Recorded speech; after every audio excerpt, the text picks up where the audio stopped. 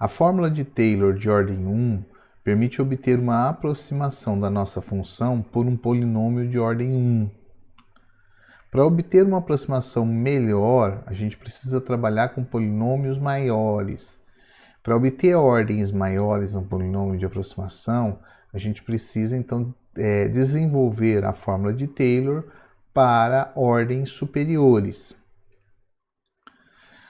Para fazer isso, a gente vai fazer basicamente a mesma coisa que fez no caso anterior, só que agora a minha função ela precisa ser de classe C3 e não mais C2. Já que se eu vou desenvolver até a ordem 2, eu preciso de um polinômio de ordem 2, o meu erro, ou a minha estimativa do erro, vai estar na terceira derivada, ou seja, a terceira derivada precisa existir e ser contínua. Então eu imagino uma função de classe C3 no aberto A, um ponto desse conjunto A, um deslocamento diferente de 0, 0, de tal forma que o segmento que liga o ponto x0, y0 até o ponto deslocado x0 mais h, y0 mais k, continua dentro do conjunto A. Tá? O segmento inteiro está no meu conjunto A. De novo, eu vou definir uma função gama que descreve esse segmento, que é do ponto x0, y0 até o ponto x0 mais h, y0 mais k, que vai ser dado por gama de t igual a x0, y0 mais t vezes hk, onde t é um número real, na verdade me interessa o valor de 0 a 1, tá? E a função é composta da f com a gama, então isso passa a ser uma função de uma única variável. Como f é de classe C3 e minha função gama é de classe C infinito, a minha g vai ser uma função de classe C3. Então eu posso aplicar a fórmula de Taylor com resto de Lagrange para uma variável. E eu vou escolher o ponto 0, porque o ponto A igual a 0 é exatamente o ponto x0, y0. Tá? Quando t é 0, dá esse valor. E eu tenho então que g de t vai ser escrito como g de 0 mais a derivada primeira de g no ponto 0 vezes t, mais a derivada segunda de g no ponto 0 sobre 2 fatorial vezes t ao quadrado, mais a derivada terceira no ponto xi sobre 3 fatorial vezes t ao cubo, onde essa parte final aqui é exatamente o meu resto na fórmula de Taylor, tá? Com o meu xi variando entre 0 e t. Então essa é a expressão. Observe que no caso de primeira ordem, a gente parava exatamente aqui na derivada segunda. A derivada segunda era a derivada do resto. Agora vai ser a derivada terceira que vai ser a parte do resto, tá? Bom, se eu faço t igual a 1, então eu chego que o g de 1 vai ter que ser igual a g de 0 mais a derivada primeira de g no ponto 0, etc, etc, até a derivada terceira. Substituindo cada um desses valores, a gente já viu lá atrás que o g de 0, na verdade, é o f de x0, y0. O g de 1 vai ser o f de x0 mais h, y0 mais k. A derivada primeira a gente já calculou no caso de primeira ordem, né? Que correspondia exatamente ao gradiente da função vezes a derivada da gama. Então, ele dava exatamente a derivada parcial de f em relação a x vezes h, a derivada parcial de f em relação a y vezes k, sempre as derivadas parciais calculadas no ponto da curva, no gama de t. Então, como eu preciso aplicar a minha g no ponto 0, né, a derivada da g no ponto 0, quando eu aplico em t igual a 0, isso aqui passa a ser exatamente o ponto x0, y0, x0, y0. Então, eu tenho aqui, né, a minha expressão correspondendo à derivada de ordem 1, tá? No ponto 0. Bom, vamos lá. A derivada segunda a gente também já calculou, né? A derivada segunda a gente aplicou na função, né? Era o gradiente da derivada primeira, né? Então, derivou o gradiente dessa derivada em relação a x vezes h, mais o gradiente dessa vezes k, todo mundo multiplicado pelo gama linha de t, tá? E a gente fez a conta e chegou exatamente numa expressão correspondente envolvendo as derivadas segundas, que quando eu aplico no ponto 0, dá exatamente a mesma função, só que agora calculado em gama de zero, que é x0 e y0. Então esse aqui é o meu segundo ponto, né? É o meu segundo ponto, tá? Que é a derivada de ordem 2. Observe que eu preciso a derivada de ordem 1, a derivada de ordem 2 no ponto zero. Essas duas coisas eu já tenho. Isso eu já tenho, isso eu já tenho. Só falta calcular este carinha aqui, né? A derivada terceira. Então eu vou pegar agora aqui, ó, a minha derivada segunda e vou fazer a derivação com relação a t.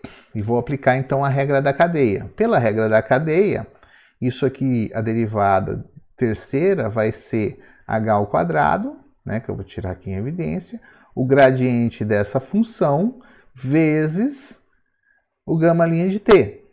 Então eu cheguei aqui, ó, a derivada h ao quadrado, o gradiente da minha função vezes o gama linha de t pela regra da cadeia.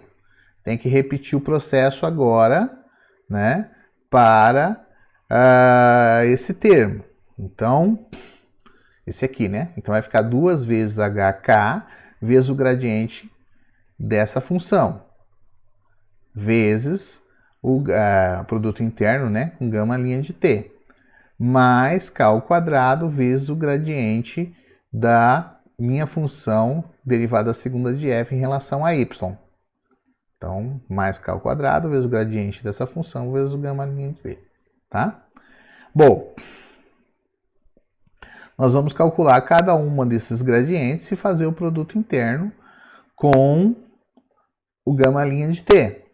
Então, eu tenho aqui o gradiente dessa função, vai ser a derivada com relação a x desta função, então fica a derivada terceira de f em relação a x ao cubo, e a derivada em relação a y dessa função, que é a derivada terceira de y em relação a x quadrado e dy.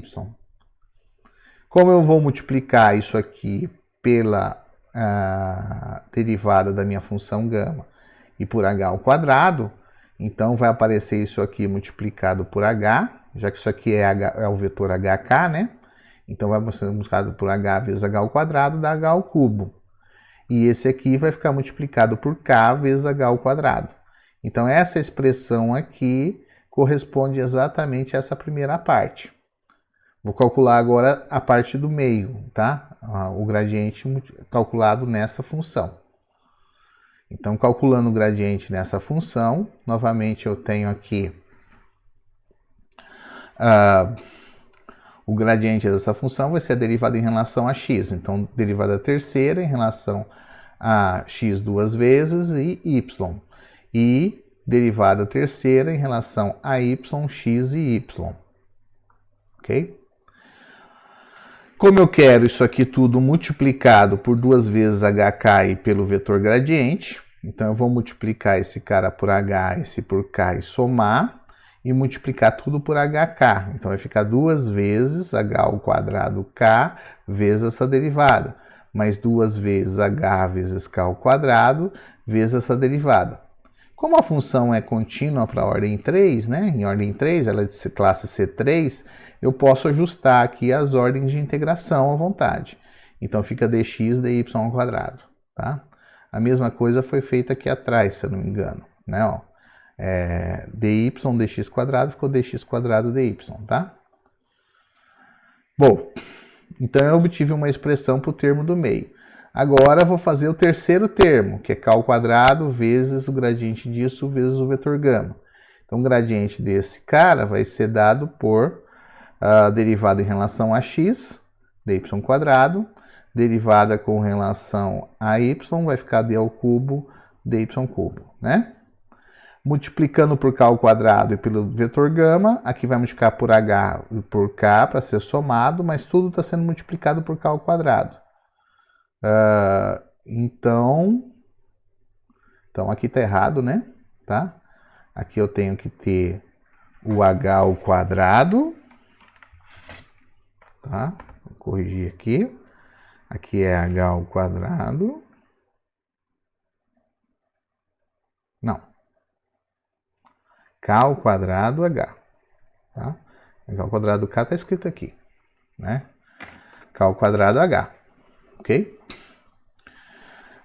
Bom, agora eu vou somar todo mundo para formar a minha derivada terceira. Então eu vou somar todos esses termos. Observe que a derivada terceira de f em relação a x, 3 vezes, ela só vai aparecer no primeiro termo, tá? Não aparece no segundo e não aparece no terceiro. A mesma forma, a derivada terceira com relação a y, só vai aparecer no último termo. Então, elas são independentes. Agora, este cara aqui, ó, que é a derivada terceira de f com relação a x ao quadrado, x duas vezes y, ele aparece aqui também, tá?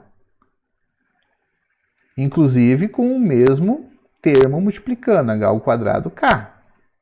Então, eu tenho duas vezes aqui, mais uma vez aqui, por isso que vai, então, surgir aqui 3 vezes esse termo hk.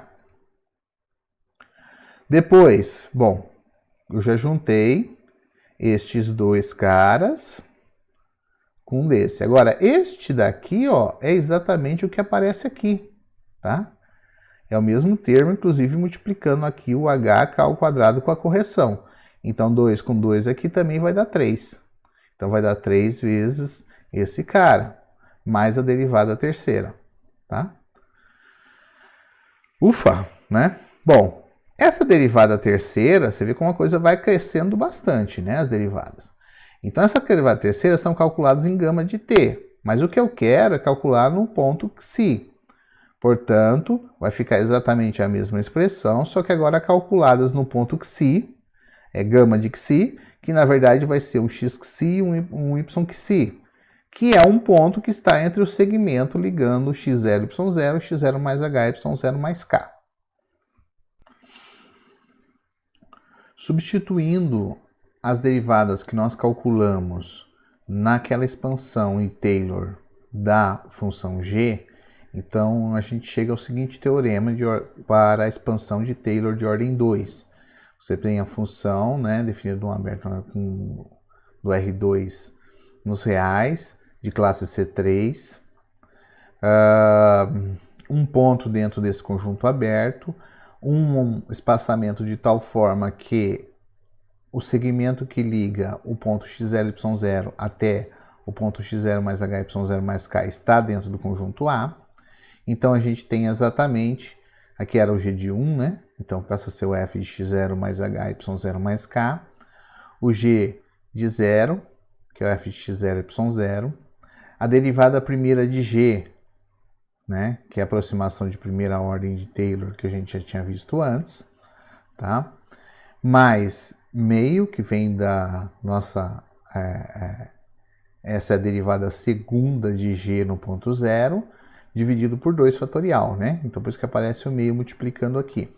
Então, aparece minha derivada segunda da f em relação a x2, h ao quadrado, mais 2 vezes a derivada segunda em relação a x e y, h vezes k, observe que os dois espaçamentos aparecem aqui, mais a derivada segunda de f em relação a y2 vezes k ao quadrado, mais o termo de erro. Com cada uma dessas derivadas parciais, elas têm que ser calculadas no ponto x0 e y0.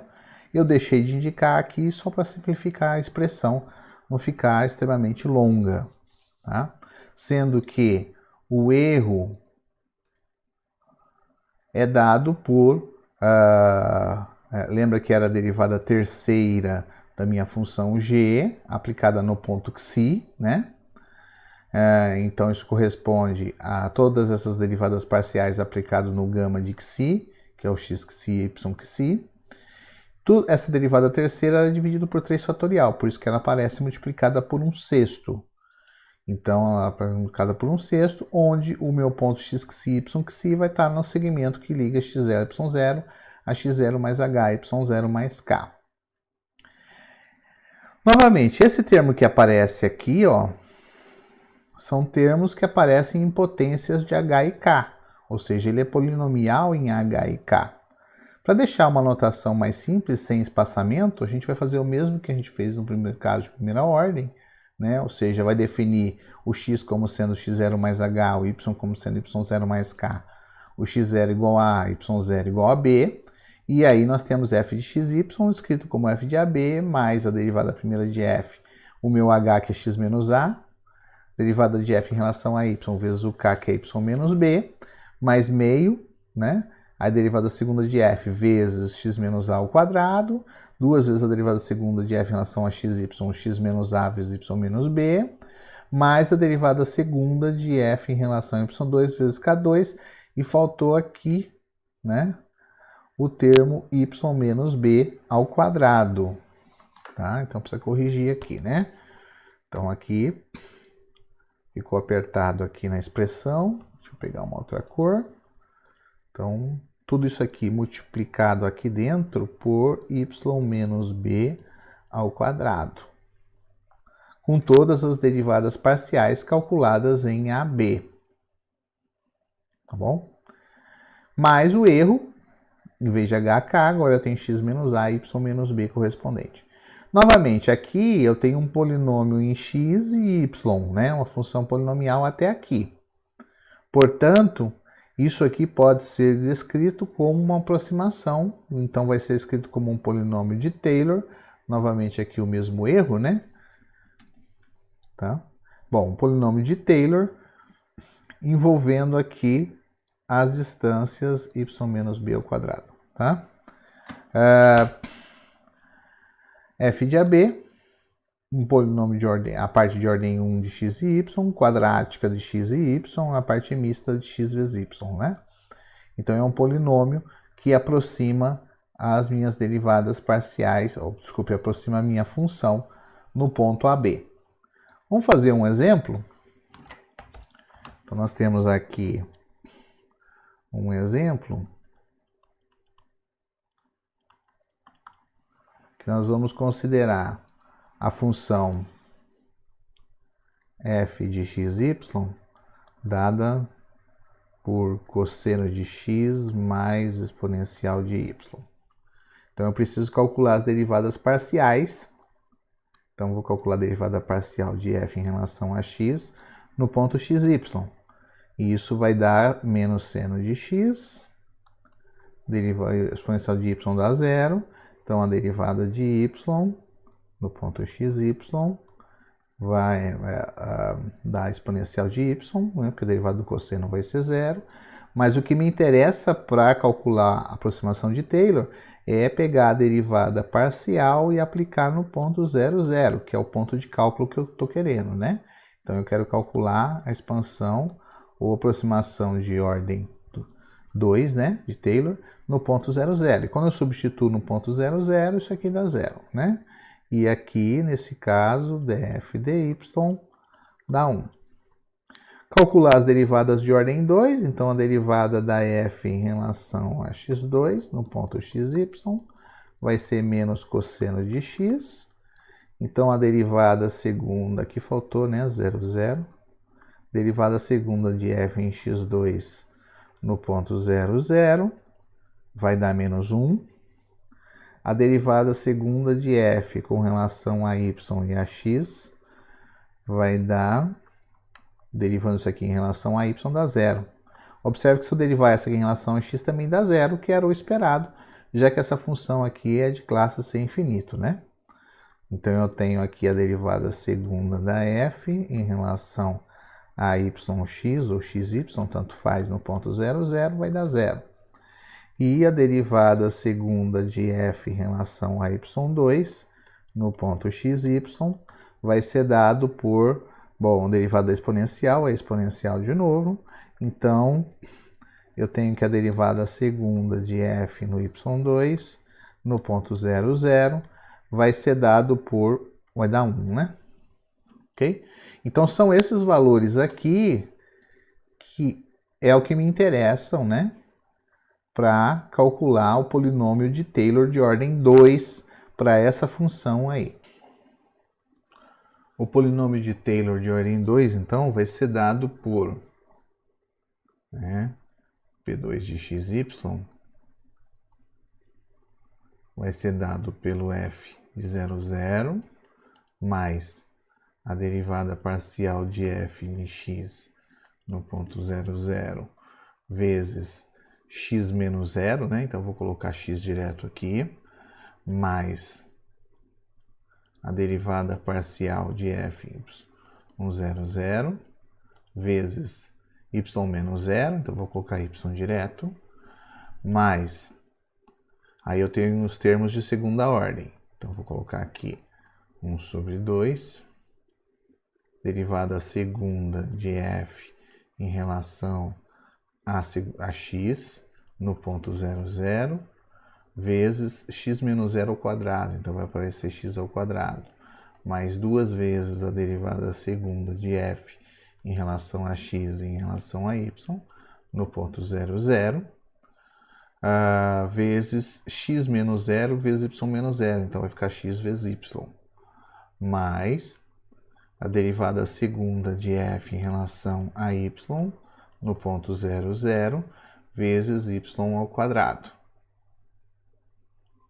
Isso corresponde, então, ao meu polinômio de Taylor de ordem 2. Então, substituindo aqui os valores, eu tenho que o meu polinômio vai ser aproximado por f de 0, 0. Bom, a minha função é cosseno de x mais exponencial de y. No ponto 0, 0 vai dar 0. Então, eu tenho aqui, no ponto 0, 0 vai dar cosseno de 0, que é 1, mais exponencial de que é 1 de 1. Então, vai dar 2, né? Não 0. Mais a derivada parcial da f em relação a x no 0, 0 e em relação a y no ponto 0, 0, vezes x vezes y. Então, olhando novamente aqui, a gente tem as derivadas, os valores são 0 e 1. Portanto, eu tenho aqui 0 vezes x mais 1 vezes y, mais, agora o termo de ordem 2, né? Então vai aparecer meio, a derivada segunda, as derivadas segundas, nós calculamos os valores aqui, são menos 1, 0 e 1 respectivamente. Então, menos 1 vezes x ao quadrado, então vai dar menos x ao quadrado. 0 vai ser o valor dessa aqui, multiplicando por esse termo, então dá 0, vai desaparecer. E esse cara aqui dá 1, então vai dar mais 1 vezes y ao quadrado. Portanto, eu posso escrever que o meu polinômio de ordem 2 vai ser y ao quadrado sobre 2 menos x ao quadrado sobre 2, que são esses termos, né? Mais y mais 2. Essa é a minha aproximação, né? Usando aqui um polinômio de ordem 2 da minha função P2xy. Não é o caso aqui desse exemplo, mas se eu quisesse calcular o resto, eu teria que necessariamente calcular as derivadas de ordem 3 e aí calculá-las num ponto xi associado e talvez tentar fazer uma limitação dos valores correspondentes.